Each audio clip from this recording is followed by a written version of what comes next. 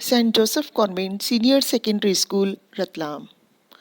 Class 11th and 12th के लिए आज हम वापस यहाँ पर हिंदी विषय में आपके सामने है।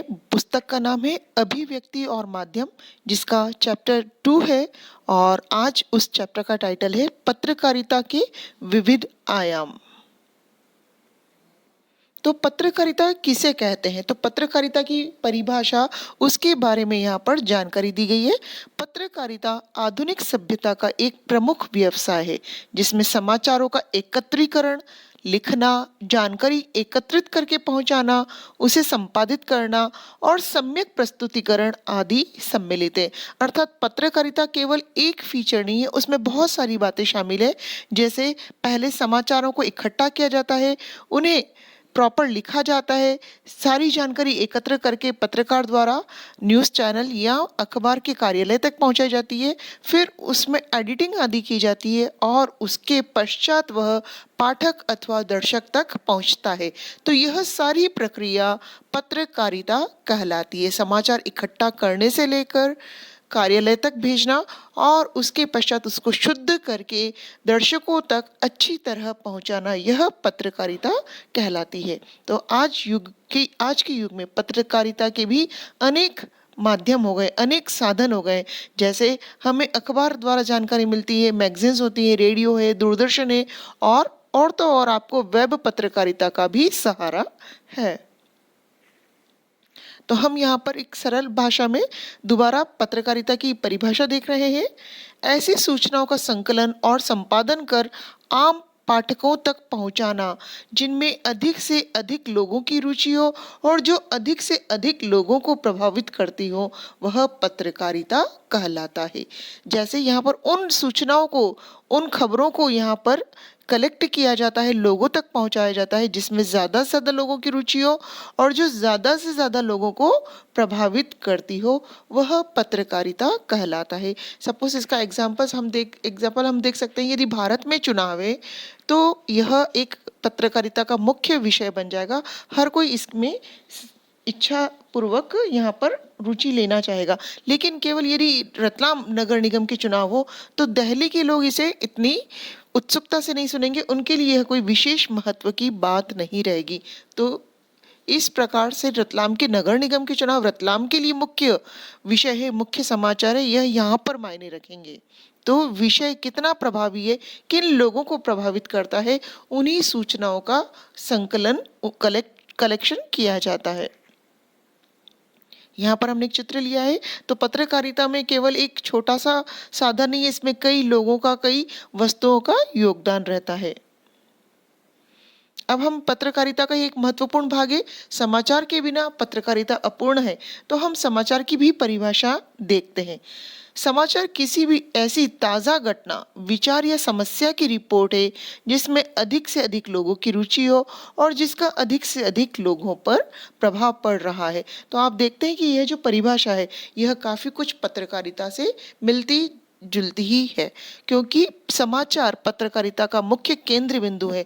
समाचार को कलेक्ट करके लोगों तक पहुंचाया जाता है। तो समाचार भी वही बात हुई, मुख्य घटना, विचार हो चाहे समस्या हो, जो ज़्यादा से ज़्यादा लोगों को प्रभावित करती हो, वह समाचार का रूप हो सकती है। सपोज आपके घर का यदि नल खराब हो जाता है तो वह पूरे रतलाम के लिए, पूरे प्रदेश के लिए कोई खबर नहीं बन सकता, क्योंकि उससे केवल आप प्रभावित हो रहे हैं।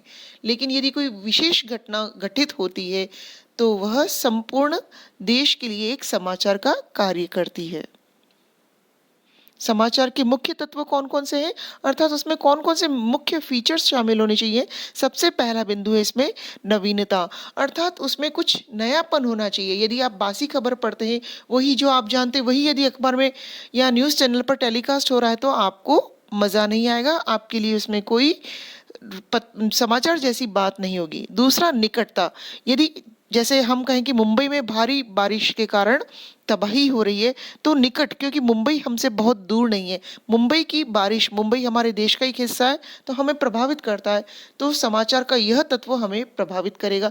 लेकिन हम यहीं दुनिया के किसी दूर कोने की बात कहें, वहाँ तूफान आदि आ रहे हैं, तो शायद वह हमारे लिए इतना प्रभावी नहीं होगा, हम उससे ज़्यादा इंटरेस्टेड नहीं होंगे। तीसरी बात है प्रभाव। यहाँ पर उस समाचार वह हम पर कितना प्रभाव डालता है। सपोज आप गुजरात में रहते हैं, अहमदाबाद में रहते हैं और मौसम विभाग ने जानकारी यहाँ पर दी है कि अगले 24 घंटों में भूकंप की संभावना है। तो क्योंकि अहमदाबाद के लोग उस प्रभाव क्षेत्र में हैं, तो वह समाचार उनके लिए ज़्यादा महत्वपूर्ण होगा, जबकि शायद दूर बैठा व्यक्ति, जम्मू कश्मीर में बैठा व्यक्ति उस समाचार को इतना महत्व नहीं देगा, क्योंकि गुजरात में रहने वाला व्यक्ति उस समाचार से, उस बात से ज़्यादा प्रभावित है। जन रुचि, अब हो सकता है आपकी रुचि किस में हो।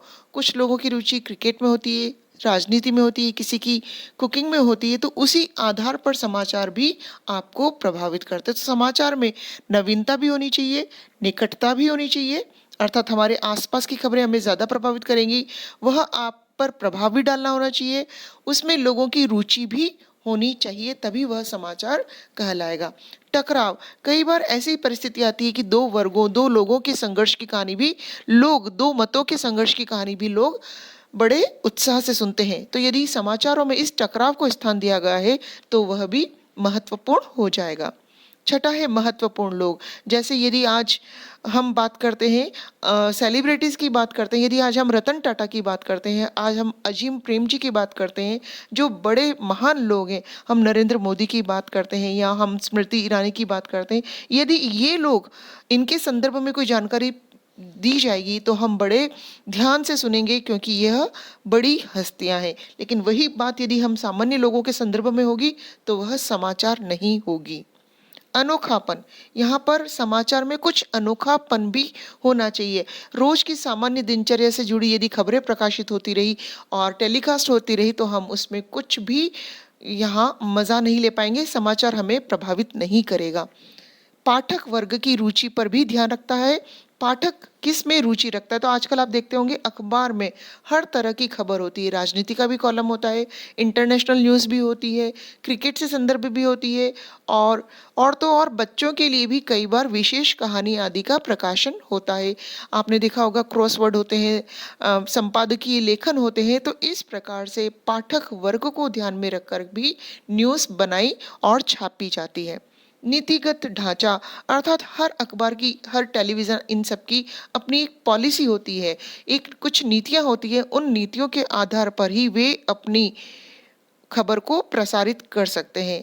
अर्थात कुछ नियम कानून वे जो पालन करते हैं उसी को मानकर वे अपना सारा कार्य करते हैं, ताकि समाज में एक शांति के साथ अपनी बात रखी जा सके। समाचार के तत्व हम यहाँ पर रिपीट कर रहे हैं। देखिए, अधिकांश इन सभी तत्वों का होना आवश्यक है। नवीनता, निकटता, प्रभाव, जन रुचि, संघर्ष, महत्वपूर्ण लोग, उपयोगी जानकारी, अनोखापन आदि, ये सब हम जान चुके। अब हम जान लेते हैं डेडलाइन क्या होती है। तो समाचार माध्यमों के लिए समाचारों को कवर करने के लिए निर्धारित समय सीमा को डेडलाइन कहते हैं। जैसे न्यूज़पेपर में अगर आपने सुना होगा तो उनके पास भी एक डेडलाइन होती है कि वे रात की 12 या 1 बजे तक प्राप्त समाचार ही प्रकाशित कर पाते हैं। उसके बाद न्यूज़पेपर प्रिंट हो जाता है, और यदि रात की 2 बजे कोई घटना घटित होती है तो वह लगभग 24 घंटे बाद अगले न्यूज़पेपर में ही पब्लिश हो पाएगी। तो डेडलाइन मतलब बिल्कुल उस समय सीमा तक, उस टारगेट टाइम तक वह खबर कवर की जा सकती है। कोई भी खबर कवर की जाएगी। उसके पश्चात यदि कुछ घटित होता है तो वह अगले बार के समाचार पत्र में प्रकाशित होगा। और न्यूज़पेपर में संपादन अर्थात एडिटिंग करना, इसका भी अर्थ हमें समझना आवश्यक है। एडिटिंग के बिना, संपादन के बिना कोई खबर प्रकाशित नहीं हो सकती। तो किसी सामग्री से उसकी अशुद्धियों को दूर करके उसे पढ़ने योग्य बनाया जाना, यह कहलाता है संपादन। आपने पढ़ा होगा पहले की स्लाइड्स में, पहले की वीडियोस में मैंने बताया था द्वारपाल किसे कहते हैं। तो द्वारपाल वही होते हैं जो एडिटिंग का काम करते हैं, अशुद्धियों को, ग्रामेटिकल मिस्टेक्स को, अनावश्यक न्यूज़ को हटा देते हैं, जो महत्वपूर्ण होता है केवल उसे ही रहने देते हैं। तो यह संपादन कहलाता है। एक उप संपादक अपने रिपोर्टर की खबर को ध्यान से पढ़ता है, उसकी भाषागत अशुद्धियों को दूर करके प्रकाशन योग्य बनाता है। तो अब आप समझ गए होंगे, जैसे भी खबर आती है, पत्रकार ने जो भी खबर दी है, ज्यों की त्यों उसे प्रकाशित नहीं किया जा सकता। उसमें अशुद्धियां हटाई जाती हैं और उसे एक शेप दी जाती है, आकार दिया जाता है, तभी वह पाठकों तक पहुंचता है। संपादन के सिद्धांत भी हमें जानने हैं, अर्थात इनके बेसिक रूल्स क्या है, उसूल क्या है। तो पत्रकारिता की साख बनाए रखने के लिए सिद्धांतों का पालन करना जरूरी है। कोई भी न्यूज़पेपर होगा वह इन सिद्धांतों के बिना, इस तरह से एडिटिंग किए बिना अपनी खबर नहीं प्रकाशित करते। जैसे तथ्यों की शुद्धता, चाहे वो जो भी खबर हो रही हो उसमें अशुद्धता नहीं होनी चाहिए। जो फैक्ट्स दिए जाते हैं वे पूरी तरह शुद्ध होने चाहिए। वस्तुपरकता की भी उसमें गुंजाइश होनी चाहिए। निष्पक्षता, अर्थात किसी भी, अगर सपोज मान लीजिए आप दो गुटों के बीच संघर्ष हुआ है, तो ऐसा नहीं है कि पत्रकार किसी एक गुट का पक्ष ले, दूसरे को दोषी ठहरा दे। पत्रकार का, उस न्यूज़ चैनल का, उस अखबार का दायित्व है कि वह निष्पक्ष रहे। संतुलन होना चाहिए, बिल्कुल बैलेंस्ड होनी चाहिए उसकी खबर। जो सच है वह सच बताए, जो गलत है उसे गलत कहे। स्रोत, अर्थात जहां से वह खबर प्राप्त हो रही है, जो उसका मेन सोर्स है, वह भी पूरी तरह विश्वसनीय होना चाहिए। ऐसा नहीं कि कोई भी अफवाह सुनी और उस बात को समाचार के रूप में पब्लिश कर दिया। अगर वे ऐसा नहीं करेंगे, इन सिद्धांतों का यदि वे पालन नहीं करेंगे, तो उस पत्रकार का और उस समाचार चैनल का कोई विश्वास नहीं करेगा। तो यहाँ पर बैसाखी से आप समझते हैं, यदि आपने किसी लंगड़े व्यक्ति को देखा हो तो जो लकड़ियों के सहारे चलता है वह उसकी बैसाखी कहलाती है। तो उसी प्रकार से हम कहेंगे पत्रकार की बैसाखियां कौन सी है, अर्थात पत्रकार किन मुख्य बातों के सहारे चलता है। तो इसकी सबसे मुख्य बिंदु यहाँ पर हमने दिए हैं। सच्चाई, किसी भी पत्रकार को अथवा पत्रकारिता को सच्चाई का साथ देना चाहिए। यदि उसने अपने मन से कोई खबर छापनी चाहिए तो भविष्य में उस पर कोई विश्वास नहीं करेगा। संतुलन होना चाहिए, उसकी समाचार, उसकी बात सदैव संतुलित होनी चाहिए। वह निष्पक्ष होना चाहिए, चाहे उसकी किसी से भी मित्रता हो, किसी राजनीतिक दल से मित्रता हो, लेकिन जब वह समाचार प्रकाशित करेगा तो उसमें किसी भी तरह का भेदभाव या एक और झुकाव नहीं होना चाहिए। स्पष्टता, अर्थात जो भी समाचार पब्लिश हो वह पूरी तरह स्पष्ट होना चाहिए। यदि वह आधी अधिक अधूरी खबर छापेगा तो लोगों को समझ में नहीं आएगी और इस तरह उस समाचार पत्र का काम बंद होना भी संभव है। तो स्पष्टता होनी चाहिए, निष्पक्षता होनी चाहिए, संतुलन होना चाहिए और सच्चाई से युक्त होना चाहिए। यह एक अच्छी पत्रकारिता के 4 बिंदु हैं, उसकी बैसाखियां हैं। संपादकीय पृष्ठ पर प्रकाश डालिए। जनरली यह सबसे बीच का पृष्ठ होता है जिस पर संपादक न्यूज़पेपर को रिप्रेजेंट करके आर्टिकल्स लिखता है और उसमें संपादक का व्यक्तिगत नाम नहीं होता, क्योंकि वह संपूर्ण अखबार का प्रतिनिधित्व करता है।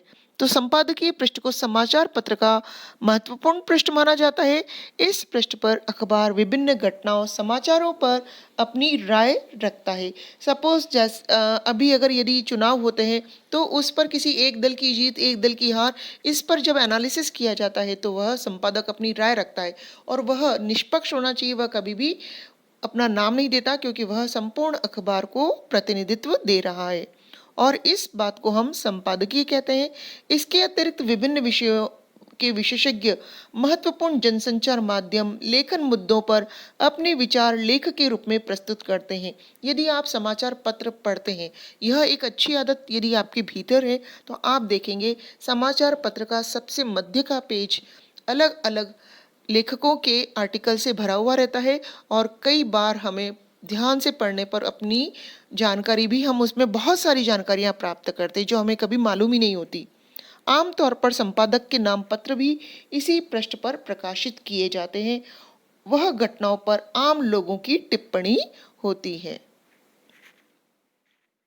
अब हम देखते हैं, हमने देख लिया पत्रकारिता की परिभाषा क्या है, उसका मुख्य बिंदु समाचार और संपादन किसे कहते हैं, समाचार के तत्व जान लिए हमने और समाचार के सिद्धांत भी जान लिए। पत्रकारिता की बैसाखियां भी हमने इसी वीडियो के दौरान जान ली।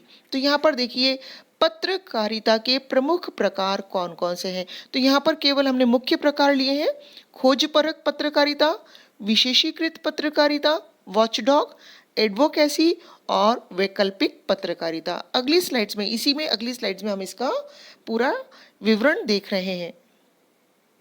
सबसे पहला है यहाँ पर खोजपरक पत्रकारिता। इससे ऐसी पत्रकारिता से आशय है जिसमें गहराई से छानबीन करके तथ्यों, सूचनाओं को सामने लाने की कोशिश की जाती है जो आम जनता के सामने नहीं आ पाते। यह पत्रकारिता सार्वजनिक महत्व के मामलों में भ्रष्टाचार, अनियमितताओं और गड़बड़ियों को सामने लाने की कोशिश करती है। जैसा कि इसका नाम ही यही है, खोज परख, मतलब कुछ खोज करके, कुछ सर्च करके लोगों के सामने लाया जाना, जिसमें इतनी ज़्यादा गड़बड़ी थी कि सरकारी तंत्र के द्वारा वह बात छिपी रह गई, तो पत्रकारिता के द्वारा इस बात को जनता के समक्ष लाया जाता है। इस पत्रकारिता का उपयोग उन्हीं स्थितियों में किया जाता है जब सच्चाई बताने का कोई और उपाय नहीं रह जाता, अर्थात सच्चाई जब बिल्कुल सामने नहीं आती। आपने स्टिंग ऑपरेशन का नाम सुना होगा, तो खोजपरक पत्रकारिता का ही यह एक महत्वपूर्ण भाग है, स्टिंग ऑपरेशन के रूप में होता है। अमेरिका का वाटरगेट कांड इसका नायाब उदाहरण है, जिसमें राष्ट्रपति निक्सन को अपना इस्तीफा भी देना पड़ा था। तो खोजपरक पत्रकारिता अर्थात इसमें जो साहसी पत्रकार आदि होते हैं, वे सच्चाई जानते हैं और स्टिंग ऑपरेशन के द्वारा किसी भी तरह उस बात को बाहर जनता के समक्ष ला देते हैं। आगे हम देख रहे हैं दूसरा भाग, विशेषीकृत पत्रकारिता, अर्थात जिसमें व्यक्ति को कुछ विशेष यहाँ पर उपलब्धि हासिल हो। जैसे हर कोई पत्रकार राजनीति पर अपना कवर नहीं कर सकता, हर कोई सिनेमा पर कवर नहीं कर सकता, संसद पर सब कोई कवर नहीं कर सकता। तो इस प्रकार से यहाँ पर विशेषीकृत पत्रकारिता होती है। जिस पत्रकार को जिस फील्ड में खास ज्ञान होता है, वह उसी क्षेत्र की पत्रकारिता करता है, वह उसी क्षेत्र से न्यूज़ कवर करता है। पत्रकारिता का अर्थ घटनाओं की सूचना देना मात्र नहीं है। पत्रकार से अपेक्षा होती है, उम्मीद होती है कि वह घटनाओं की तह तक जाए, उसका अर्थ स्पष्ट करे और आम पाठक को बताए कि उस समाचार का क्या महत्व है। इसके लिए विशेषता की आवश्यकता होती है। पत्रकारिता में विषय के हिसाब से विशेषता के 7 प्रमुख क्षेत्र हैं। आप ध्यान दें, विशेषता के स्पेशल फील्ड के 7 प्रमुख क्षेत्र हैं। जैसे पहला है संसदीय पत्रकारिता, संसद से, पार्लियामेंट से रिलेटेड जितनी भी खबर होगी, इसमें जो एक्सपर्ट होगा पत्रकार, वह ही इस न्यूज़ को कवर करेगा। न्यायालयी पत्रकारिता अर्थात अदालत से संबंधित, आर्थिक पत्रकारिता अर्थात जितने भी चाहे बजट हो आदि, ये सभी कुछ इससे संबंधित है। खेल पत्रकारिता, यह आवश्यक नहीं है कि हर पत्रकार क्रिकेट, फुटबॉल आदि की जानकारी रखता हो सकता कोई संसदीय इस फील्ड में बहुत अच्छा है, तो कोई इस फील्ड में बहुत अच्छा है। विज्ञान और विकास पत्रकारिता, अपराध पत्रकारिता अर्थात जो अपराध के क्षेत्र की नियमों की वकील की तरह पूरी जानकारी रखता है, सारे कायदे कानून को जानता है, वह अपराध पत्रकारिता के क्षेत्र में अपना कार्य करता है। फैशन और फिल्म पत्रकारिता भी इसी विशेषीकृत पत्रकारिता के अंतर्गत शामिल है। जिस व्यक्ति को फैशन और फिल्म की पूरी जानकारी होती है, वह उनकी स्टोरी कवर करता है। इन क्षेत्रों के समाचार और उनकी व्याख्या पर विषयों में विशेषता हासिल किए बिना उन्हें यह कार्य देना कठिन होता है। यह भी बहुत महत्वपूर्ण है, वॉच डॉग पत्रकारिता। इसका नाम ही काफी कुछ स्पष्ट है। जैसे डॉग क्या करता है, चौकीदारी करता है, सतर्क रहता है, वह बिल्कुल अच्छे से वॉच करता है। उसी से संबंधित यहाँ पर आप निकालेंगे। लोकतंत्र में पत्रकारिता समाचार मीडिया का मुख्य उत्तरदायित्व है सरकार के कामकाज पर निगाह रखना। यदि ऐसा नहीं होता, मीडिया यदि सरकार के कामकाज पर निगाह नहीं रखती, तो सरकार शायद मनमर्जी करती, और यदि ऐसा होता तो उसका खामियाजा हम जनता ही उठाती। तो लेकिन यदि सरकार की और कोई भी गड़बड़ी हो, तो उसका पर्दाफाश करना इस वॉचडॉग पत्रकारिता का कार्य है। इसे परंपरागत रूप से वॉचडॉग पत्रकारिता कहा जाता है। इसका दूसरा छोर है सरकारी सूत्रों पर आधारित पत्रकारिता। समाचार मीडिया केवल वही समाचार देता है जो सरकार चाहती है और अपने आलोचनात्मक पक्ष का परित्याग कर देता है, अर्थात अपनी कमियों को सरकार कभी भी नहीं बाहर आने देती, वह केवल वही समाचार बाहर आने देगी जो उसे पसंद हो। आमतौर पर इन दो बिंदुओं के बीच तालमेल के जरिए ही समाचार मीडिया और इसके तहत काम करने वाले विभिन्न समाचार संगठनों की पत्रकारिता का निर्धारण होता है। तो इसके अंतर्गत मुख्य रूप से आप पुनः समझ लीजिए, सरकार के कामकाज पर निगाह रखना, उसकी गड़बड़ी होते ही उसे हाईलाइट करना, पूरी तरह से चाहे अच्छा हो तो उसकी प्रशंसा करना और यदि कोई कमी रह जाए तो उसे भी उजागर करना, यह वॉचडॉग पत्रकारिता का मुख्य कार्य है। एडवोकेसी पत्रकारिता। ऐसे अनेक समाचार संगठन होते हैं जो किसी विचारधारा, किसी खास उद्देश्य या मुद्दे को उठाकर आगे बढ़ते हैं और उस विचारधारा या उद्देश्य मुद्दे के पक्ष में जनमत बनाने के लिए लगातार जोर शोर से अभियान चलाते हैं।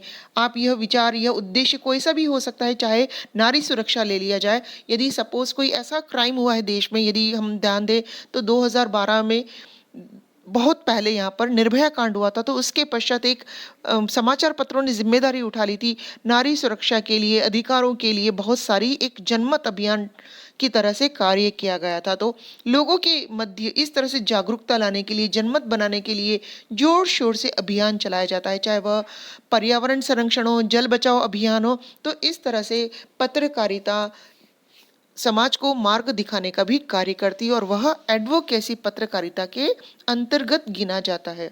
इस तरह की पत्रकारिता को हम पक्षधर या एडवोकेसी पत्रकारिता भी कहते हैं। भारत में भी कुछ समाचार पत्र या टेलीविजन चैनल किसी खास मुद्दे पर जनमत बनाने, सरकार को उसके अनुकूल प्रतिक्रिया करने के लिए अभियान चलाते हैं। जैसे अगर आप देखेंगे, जैसिका लाल हत्याकांड में न्याय के लिए समाचार माध्यमों ने सक्रिय अभियान चलाया था। यह काफी पुराना हत्याकांड है। और यहाँ पर यह भी है वैकल्पिक पत्रकारिता, यह पांचवा और इसका लगभग अंतिम भाग है। मीडिया स्थापित राजनीतिक सामाजिक व्यवस्था का हिस्सा है। मीडिया अर्थात जितने भी हम आज न्यूज़ चैनल देख रहे हैं, अखबार देख रहे हैं, ये राजनीतिक और सामाजिक व्यवस्था का एक हिस्सा है। व्यवस्था के साथ तालमेल बिठाकर चलने वाले मीडिया को मुख्य धारा का मीडिया कहा जाता है। अर्थात जितने भी आप अधिकांश मीडिया, समाचार पत्र आदि देखते हैं, वे सरकारों के साथ, सभी राजनीतिक सामाजिक संस्थाओं के साथ एक सामंजस्य, एक कॉम्बिनेशन बिठा करके चलते हैं और इन्हें कहा जाता है मुख्य धारा की मीडिया।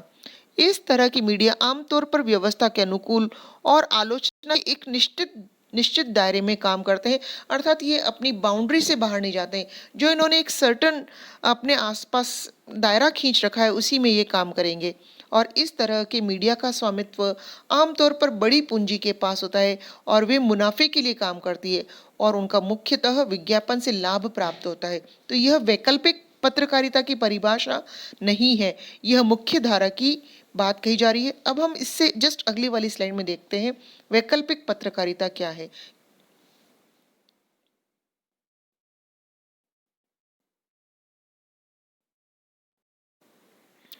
इसके विपरीत जो मीडिया स्थापित व्यवस्था के विकल्प को सामने लाने, उसके अनुकूल सोच को अभिव्यक्त करता है, उसे वैकल्पिक पत्रकारिता कहते हैं। और आमतौर पर इस तरह के मीडिया को सरकार और बड़ी पूंजी का समर्थन हासिल नहीं होता है, उसे बड़ी कंपनियों के विज्ञापन भी नहीं मिलते हैं और वह अपने पाठकों के सहयोग पर निर्भर रहता है। अब हम आगे देख रहे हैं पीत पत्रकारिता या पेज 3 पत्रकारिता किसे कहते हैं। तो पाठकों को लुभाने के लिए झूठी अफवाह, आरोप प्रत्यारोप, प्रेम संबंध आदि से संबंधित सनसनीखेज समाचारों से संबंधित पत्रकारिता भी होती है और उसे पीत पत्रकारिता या पेज 3 पत्रकारिता कहते हैं। काफी लंबे समय पहले इस तरह की पत्रकारिता पेज नंबर 3 पर होती थी और इसीलिए इसका नामकरण हुआ पेज 3 पत्रकारिता। समाचार लेखन शैली क्या होती है, हम वह समझ लेते हैं। उल्टा पिरामिड शैली क्या होती है? तो समाचार लेखन में उल्टा पिरामिड शैली का प्रचलन है। यह प्रभावी और लोकप्रिय शैली है। सभी तरह के जनसंचार माध्यमों में ज्यादातर इसी शैली में स्टोरीज या खबरें लिखी जाती है, चाहे रेडियो हो, टेलीविजन हो या न्यूज़पेपर। इस पिरामिड शैली में उल्टा पिरामिड अर्थात आपने ट्रायंगल देखा है, जब आप उसको उल्टा बनाते तो वह उल्टा पिरामिड शैली कहलाएगी और इसमें महत्वपूर्ण तथ्यों को सबसे पहले लिखते हैं। जैसे आप कोई भी कहानी पढ़ते हैं तो उसका क्लाइमेक्स, उसका महत्वपूर्ण भाग बाद में आता है, लेकिन यहाँ खबरों में हम सबसे पहले महत्वपूर्ण भाग पढ़ते हैं। उसके बाद घटते हुए महत्व क्रम में अन्य तथ्य या सूचनाओं को लिखा जाता है। इस शैली में किसी भी घटना समस्या का ब्यौरा काल अनुक्रम के बजाय समाचार के महत्वपूर्ण तथ्य या सूचना से शुरू होता है। ऐसा नहीं कि उसके टाइम पीरियड के अकॉर्डिंग उसको जमाया जाता है, बल्कि उसकी महत्वपूर्ण बातों को पहले लिखा जाता है, उससे कम महत्व की बात को बाद में और सबसे कम महत्व की बात को अंत में लिखा जाता है। अर्थात इस शैली में कहानी की तरह क्लाइमेक्स अंत में नहीं, बल्कि खबर के बिल्कुल शुरू में होता है। आप यह ध्यान रखेंगे, यह एक महत्वपूर्ण बिंदु है। उल्टा पिरामिड शैली में कोई निष्कर्ष नहीं होता। समाचार को 3 हिस्सों में विभाजित किया जाता है। पहला है इंट्रो, अर्थात समाचार का पूरा इंट्रो होता है। उसके बाद उसका कलेवर अर्थात पूरी बॉडी होती है और अंत में उसका समापन। समाचार के इंट्रो या लीड को हिंदी में मुखड़ा भी कहते हैं। इसमें खबर के मूल तत्व को शुरू की 2-3 पंक्तियों में बताते हैं। यह खबर का सबसे महत्वपूर्ण हिस्सा होता है और इसके बाद बॉडी में समाचार के विस्तृत ब्यौरे को घटते हुए महत्व क्रम में लिखते हैं। यहाँ पर हमने उसी चीज को पुनः प्रस्तुत किया है। सरल अर्थों में कहीं उल्टा पिरामिड शैली में समाचार का क्लाइमेक्स सबसे पहले दे दिया जाता है, अर्थात क्लाइमेक्स सबसे पहले होता है। तो यहाँ पर मैंने आपके सामने प्रस्तुत किया है एक उल्टा ट्रायंगल, यहाँ पर आप देख रहे हैं। तो यह उल्टा पिरामिड कहलाएगा। सबसे पहले इस भाग में इंट्रोडक्शन होता है, समाचार का क्लाइमेक्स होता है, फिर यहाँ तक बॉडी और यहाँ पर हम कहेंगे समापन। प्रिंट मीडिया के प्रमुख 3 पहलू कौन से हैं? तो यहाँ पर हम प्रिंट मीडिया की बात चाहे समाचार के संदर्भ में ही कर रहे हैं। समाचारों को संकलित करना सबसे पहला बिंदु है। उसके पश्चात उनको संपादन किया जाता है, अर्थात उसमें से अशुद्धि दूर की जाती है। उसके पश्चात उसको पब्लिश किया जाता है और प्रसारित किया जाता है। तो ये 3 मुख्य बिंदु है। सबसे पहले कलेक्शन करना, फिर उसका संपादन करना और उसके बाद उसको पब्लिश करना। समाचारों को संकलित करने का कार्य कौन करता है? संवाददाता अर्थात पत्रकार। यहाँ संपादक और संवाददाता में अंतर जान ले। संपादक अर्थात एडिटर जो न्यूज़ को अशुद्धियाँ दूर करने का कार्य करता है, संवाददाता अर्थात पत्रकार जो न्यूज़ कलेक्शन का काम करता है। मैं उम्मीद करती हूँ कि आज के वीडियो में कलेक्ट की गई जानकारी आपको समझ में आई होगी। धन्यवाद।